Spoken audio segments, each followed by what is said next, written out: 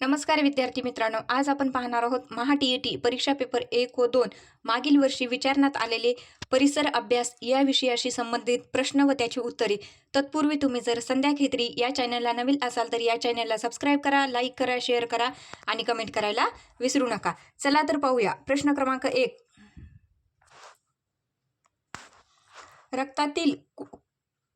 रक्तातील खालील कुठला घटक कमी पडल्यास अमोनिया हा रोग होतो? बघा, रक्तातील कुठला घटक जर आपल्या शरीरामध्ये कमी पडला तर व्यक्तीला अमोनिया हा रोग होतो. तर रक्तातील लोहाची जर कमतरता असेल, लोह जर शरीरामध्ये कमी पडलं तर अमोनिया हा घटक हा रोग होतो. पर्याय क्रमांक 1 लोह. प्रश्न क्रमांक 122. तुम्हाला वाटत असेल की मी प्रश्न क्रमांक 122 म्हणते. मागच्या व्हिडिओमध्ये आपण याच्या अगोदरचे प्रश्न बघितलेले आहेत, त्यामुळेच हे प्रश्न 121च्या नंतरचे आहेत, म्हणून मी 121 122 असं म्हणत आहे. प्रश्न क्रमांक 122. सामान्यतः किडनीमधून खालीलपैकी कशाचे गाळण होत नाही? बघा, खालीलपैकी सामान्यतः जी व्यक्तीची किडनी असते त्याच्यामधून खालीलपैकी कशाचे गाळण होत नाही? तर त्याच्यामधून अमोनिया, युरिक ॲसिड आणि पाणी या तिन्हीचे काय होत असतं? गाळण होत असते. परंतु किडनीमधून साखरेचे गाळण होत नाही. पर्याय क्रमांक 4 साखर. प्रश्न क्रमांक 123. दाताच्या अभ्यासशास्त्राला डॅश डॅश असे म्हणतात. बघा, दाताच्या अभ्यासशास्त्राला डॅश डॅश असे म्हणतात. जसे प्राणीशास्त्राला काय म्हणतात? झूलॉजी. तसेच दाताच्या अभ्यासशास्त्राला काय म्हणत असतात? ते ऑडिओनोटोलॉजी. ऑडिओनोटोलॉजी असे काय म्हणत असतात? दाताच्या शास्त्राला म्हणत असतात. पर्याय क्रमांक 3.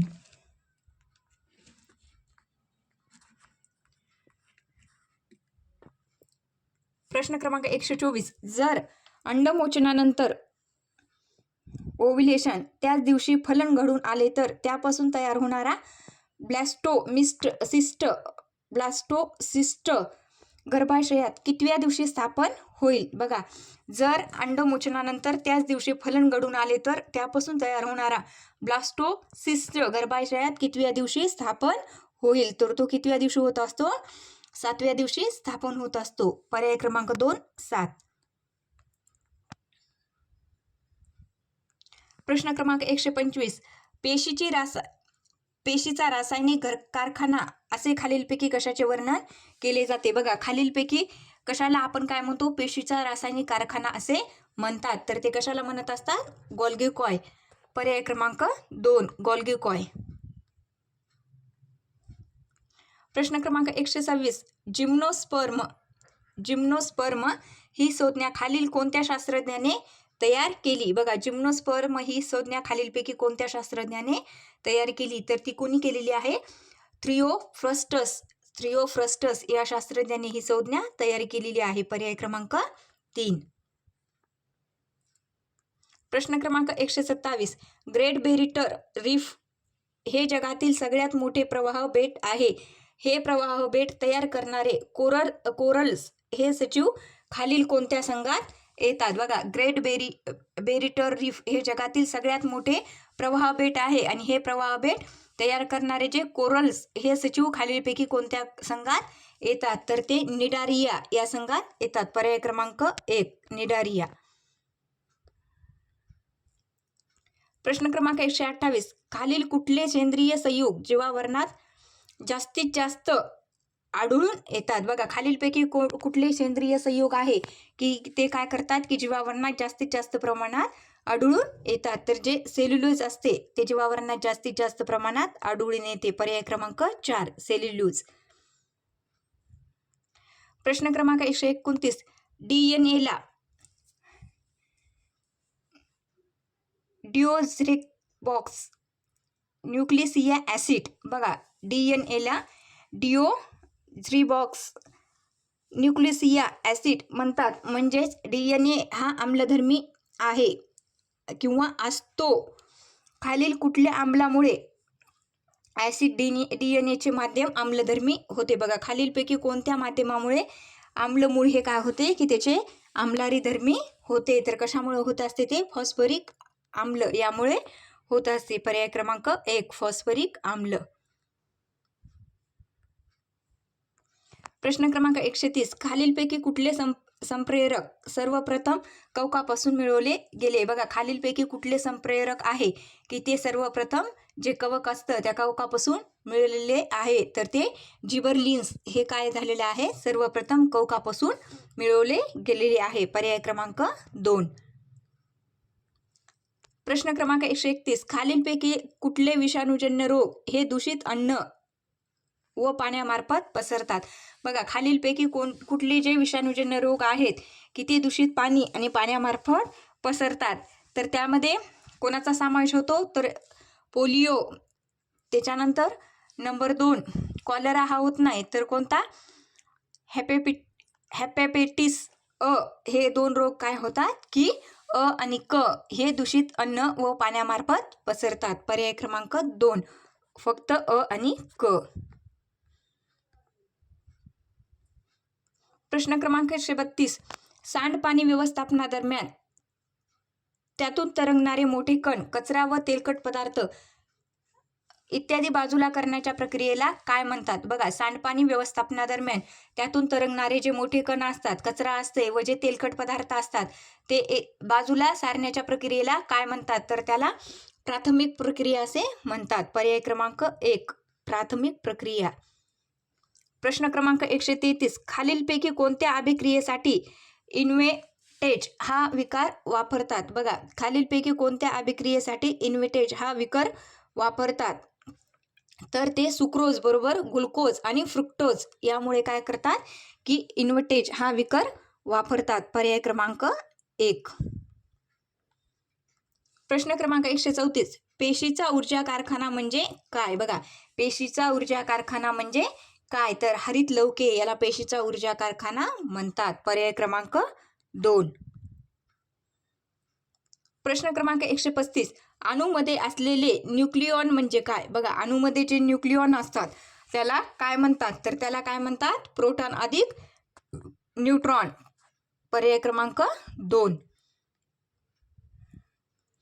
प्रश्न क्रमांक 136, अणूच्या तिसऱ्या कक्षेत जास्तीत जास्त डॅश डॅश इलेक्ट्रॉनिक असू शकतात? बघा, अणूची जी तिसऱ्या कक्षा असते तर त्या तिसऱ्या कक्षेत जास्तीत जास्त डॅश डॅश इलेक्ट्रॉनिक असू शकतात. तर ते किती असू शकतात? 18 असू शकतात. पर्याय क्रमांक 2 18.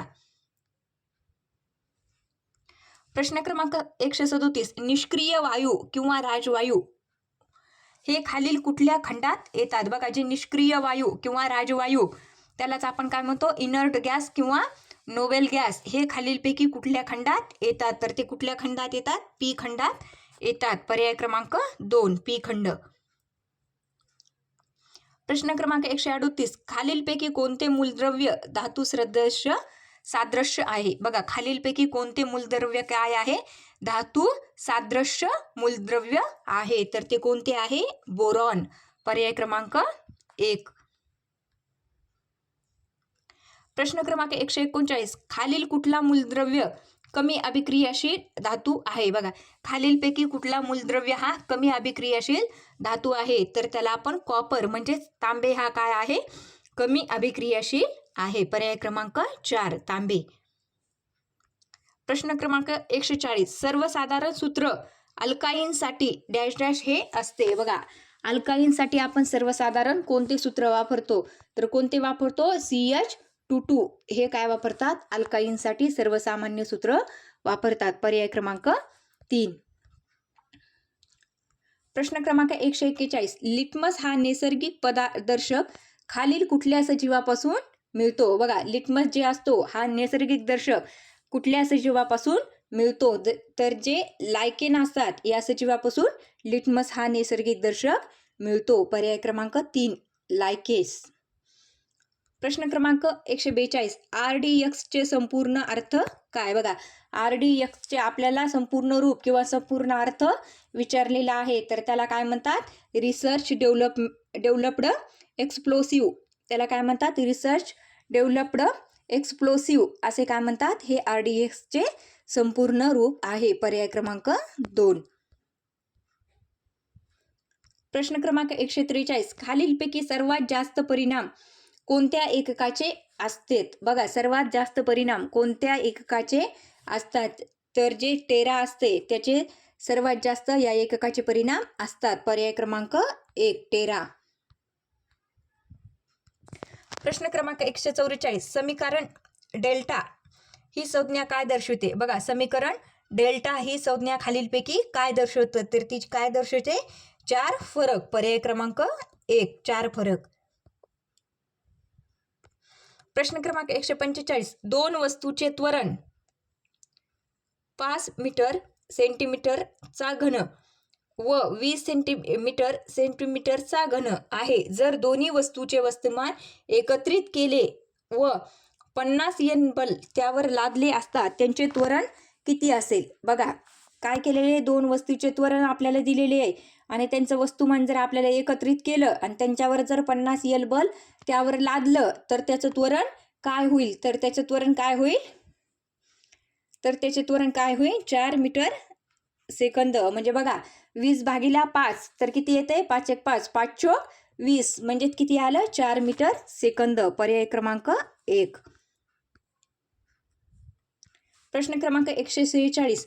आकृतीत दिलेल्या कुठल्या चेंडूमध्ये जास्तीत जास्त गतिज ऊर्जा असते? बघा, कोणत्या आकृतीमध्ये दिलेल्या चेंडूमध्ये जास्तीत जास्त ऊर्जा असते? आपल्याला ह्या इथं आकृत्या अवेलेबल केलेल्या नाही आहेत, तरी पण त्यामध्ये ज्या सी या नंबरच्या आकृतीमध्ये काय असते की गतिज ऊर्जा चेंडूमध्ये जास्तीत जास्त असते. पर्याय क्रमांक 3 सी.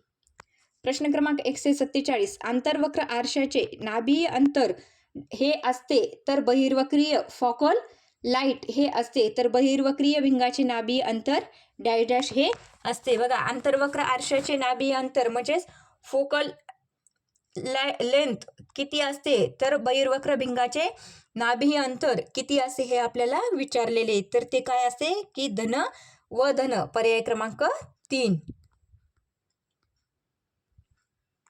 प्रश्न क्रमांक 148. विद्युत चलित इलेक्ट्रिकल मोटार हे डॅश डॅश नियमाचे उपयोजन करते. बघा, विद्युत चलित इलेक्ट्रिकल मोटार हे डॅश डॅश नियमांचे उपयोजन आहे. तर ते कशाचे उपयोजन आहे? फ्लेमिंगच्या डाव्या हाताचा. पर्याय क्रमांक 2 फ्लेमिंगच्या डाव्या हाताचा. प्रश्न क्रमांक 149. बघा, आपल्याला उपग्रहाची संख्या दिलेली आहे आणि आपल्याला त्याच्या जोड्या लावायच्या. आता आपल्याला ग्रह दिले तर त्यांच्या उपग्रहाची संख्या दिलेली आहे. बघा, आता शनीचे एकूण उपग्रह किती आहेत? तर शनीला एकूण उपग्रह आहेत 43. म्हणजे शनीची जोडी काय येईल? 4 क्रमांक. त्याच्यानंतर युरेनसचे उपग्रह किती आहेत? 13 आहेत. पर्याय क्रमांक 1. त्याच्यानंतर नेपच्यूनचे किती आहेत? तर युरेनसचे किती आहेत? जर 27 आहेत आणि नेपच्यूनचे किती आहेत? तर एकूण 13 आहेत. अशा आपल्याला काय राहतात? पर्याय क्रमांक 1.